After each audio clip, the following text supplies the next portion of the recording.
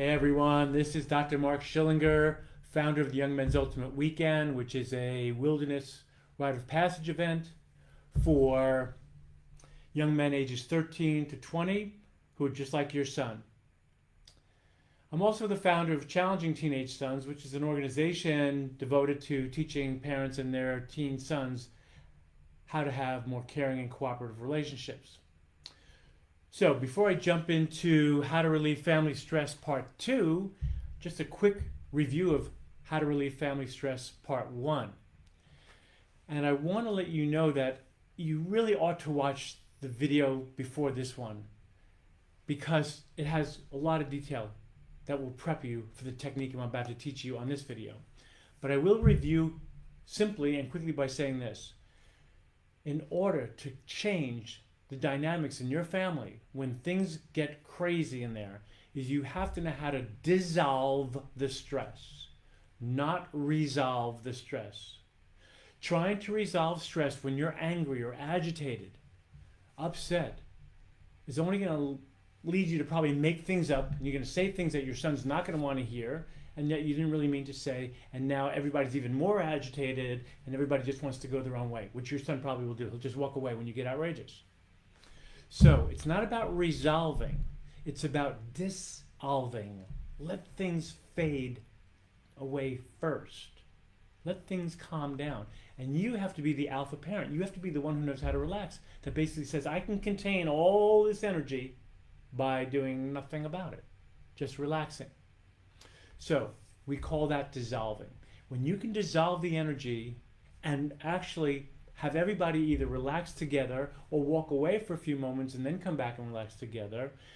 Usually in that interlude between the agitation and coming back to resolve it, there's going to be an evolutionary period for you. So we like to say dissolve, evolve, and resolve. Evolve meaning just by relaxing or distancing yourself from the situation, you'll probably come up with a way better solution than if you just responded in a reactionary mode, which usually means things are going to come out of your mouth that are not going to really help everybody want to be more caring and cooperative. So I want to let you know that the way that you do this is by understanding the concept of what's called both and, not either or. Both and. Two things can be true at the same time. You can be really upset with your son and you can relax at the same time. You can be really upset with your spouse and relax at the same time. When you can relax no matter what's going on, short of physically being threatened or harmed, when you can relax to everything, your son will start to respect you more. Your son is going through a ton of stress. I'm a doctor who specializes in stress management. I teach a continuing education course for other doctors on how to teach their patients how to relax in 15 seconds or less, which I'm going to do with you today. But here's why I'm saying that. Young people are under just as much stress as adults are. They need to see us, the parents, teaching their children how to relax by modeling it, by modeling it, by modeling it. So when you do this technique I'm about to show you, and your son thinks like you're going crazy because you're just staying calm, when he says, what are you doing? You're just going to simply say, I'm relaxing myself so I can hear you better, so I can understand you better, so I can respond in a more meaningful way. Something like that. He may think you're nuts. He may storm away. I don't know. And what I do know is that you need to demonstrate that you can stay calm. And because your son's going through so much stress in his own world, the home needs to be a safe haven. I know as a parent that we as parents have so much to do. We have to go to work. We have to feed the family. We have to maintain the house properly. We have our own personal needs. We have so much going on. And so do the children. They have tons of stuff going on too. The house has to be a place where everybody comes home because they want to. It can be calm. There can be lots of issues that are stressful going on many levels for everybody. And everybody can remain calm. This is the key to relieving family stress, which there's a ton of, probably more in the history of the world. Family stress is at an all-time high.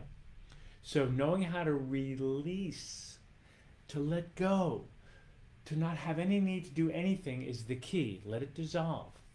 The house has to be a safe haven where everybody wants to come home. Okay, so I'm going to teach you a mindfulness-based technique.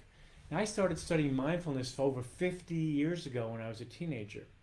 I got heavily involved in Buddhism and yoga and other forms of meditation, and the both and concept came out of my Buddhist studies, and mindfulness, of course, was the foundation of everything. So without getting into all the spiritual benefits of mindfulness, let's just talk about the practical everyday benefit, which is this. When you can observe everything, your family members and yourself and everything else, just mindfully observing without needing to control, to change, to do anything other than just observe what's actually happening, that's the foundation of mindfulness. You're just an observer, and you can relax to everything that you're observing, so you're not making stuff up and you're not saying bad things or anything you're going to regret. You're just observing what's going on, no matter what's going on. That is the role of the parent. Okay? So let's get into the technique. It has two parts. The first part is breathing. It's really critical to control your breathing when you're agitated. I'm going to show you one way. It's a very good way. It's been used for thousands of years, and I've taught this to tens of thousands of people over the years. And a few say it doesn't work for them, and most do, like 85-ish, 90% say they do well with this breathing technique. So when we're stressed out, we tend to hold our breath, and then our brain secretes chemicals like adrenaline and cortisol that say, oh my God, fight or flight, something's wrong. When you take a longer breath out, with a normal breath in, which I'm going to show you to do, your brain will secrete other chemicals called endorphins. And these endorphins and other chemicals like dopamine and serotonin can actually relax you and get you focused in a really good way. And it can be done in 15 seconds. It takes a few minutes to teach, but if you practice what I show you 15 times a day, for 15 seconds, anybody can do this, you'll become very good at relaxing within a few months. Okay, so it goes like this. The breathing part, part one. Gentle breath in through your nose or your mouth or both. Gentle breath in through your nose, your mouth, both like this. That's it. Not a, okay? It's a simple, so that's a gentle breath in through nose, mouth, or both, and then immediately followed by a longer, slower, controlled breath out through your nose or your mouth or both. Like this. Here's the breath in, breath out.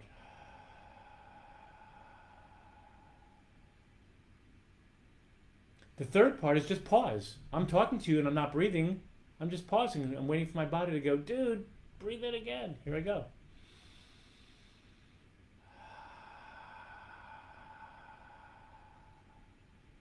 Now I'm just going to pause. When I'm done pausing, I'll take a gentle breath in through my nose or mouth or both. Here we go.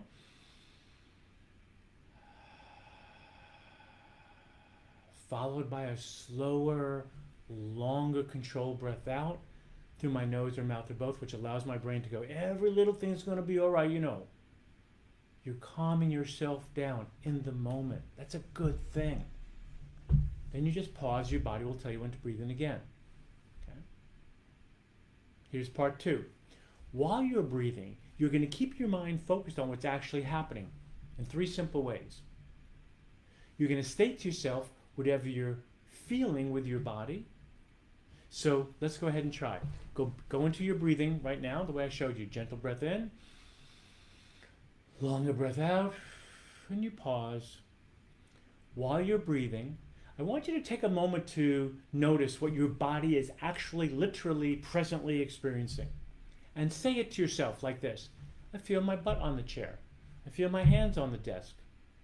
I feel my feet crossed on the floor. I feel my back up against the back support. I feel my shirt on my body. I feel my glasses on my face.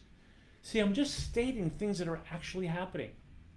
I'm not making things up. I'm not tripping out. I'm right here. So just take a moment to do that. Gentle breath in through your nose or mouth or both. Longer, slower, controlled breath out through your nose or mouth or both. And pause. And while you're pausing, you're going to state to yourself, without analyzing, what's actually happening with your body. So you're not going to say, oh, I feel my back support, but I really shouldn't have spent that much money on that back support. I don't really like it. We're not analyzing. I feel my butt in the chair, I feel my back up against the back support, I feel my hand on the table, one hand on my other arm, my feet are on the floor, just that. That's all you're going to do. Take a moment.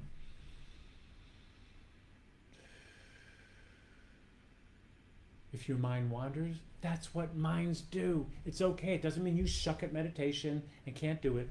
It just means come right back to my butt's on the chair, my feet are on the floor, my glasses are on my face.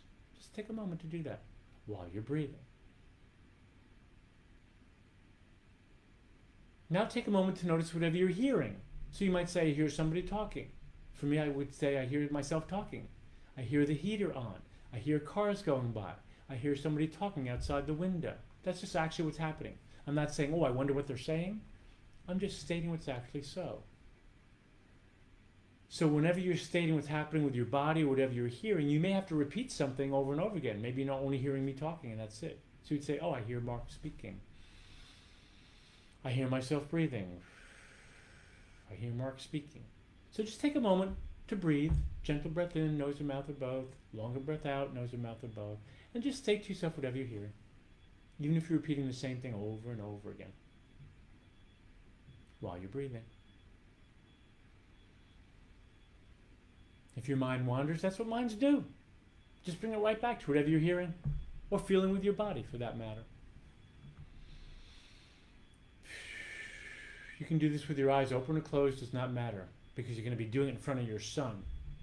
Oh yes, we'll come back to that. Now take a moment to notice whatever you're seeing. So I would say, I see the computer, I see the webcam, I see a light, I see a window, I see 1, 2, 3, 4 trees, I see 1, 2, 3 cars. So I'm just stating whatever I see.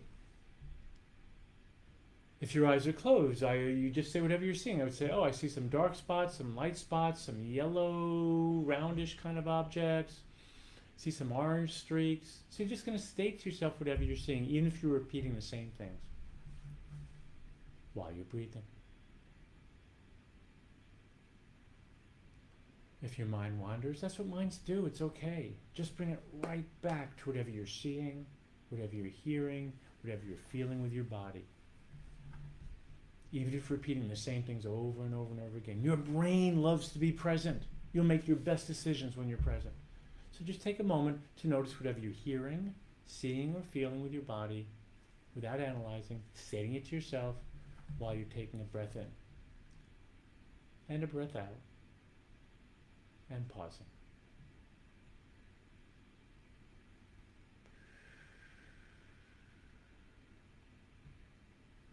If your eyes are closed, slowly begin to open them. If your eyes are already open, just pick 1 or 2 objects in the room and state to yourself what they are as a way to sort of come back to this room that we're together. If your eyes are now opened, pick out 1 or 2 objects that you see, state to yourself what they are. It's just a way to get present here. So this technique is called the right now meditation. I've taught this to tens of thousands of people. It is really simple and really effective. Yes, I want you to do this in front of your son or your spouse every time things are getting out of control. And when they say, what are you doing? You say to your son, I'm relaxing. I'm practicing relaxing. I'm learning how to relax so that I can be more present for you, or I can understand you better, or hear you better. That's all you have to say. No matter what he says, just repeat it back, even if he's making fun of you. That's it. And if you find that the issue cannot be resolved, then let it dissolve by saying, I'm just relaxing right now. I think we're too agitated to talk right now. Let's come back in 10 minutes. Let's meet up before dinner, whenever it is that you know is right. You don't have to resolve issues right in the moment. Most of the time it won't go well.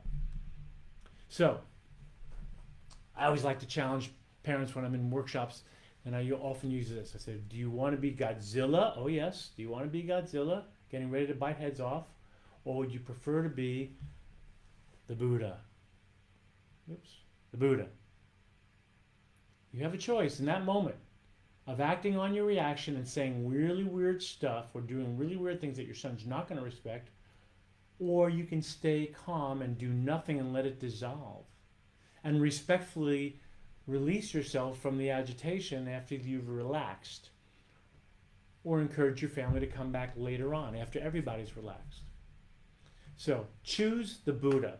It takes time. When you're agitated and you find yourself getting ready to scream and do whatever you do, like I used to do all that stuff too. My family never could have got better and back together again after a painful divorce, which I talked about in the first part of this How to Relieve Family Stress video. It never could have worked until I calmed down. So you can release yourself from a stressful situation after you've demonstrated to everybody you can calm down, regardless of what they do. You'll then assume the leadership. Your authority and your influence will be respected over time. So in summary, just want to say two things. Let things dissolve, then eventually the answers will evolve and resolve.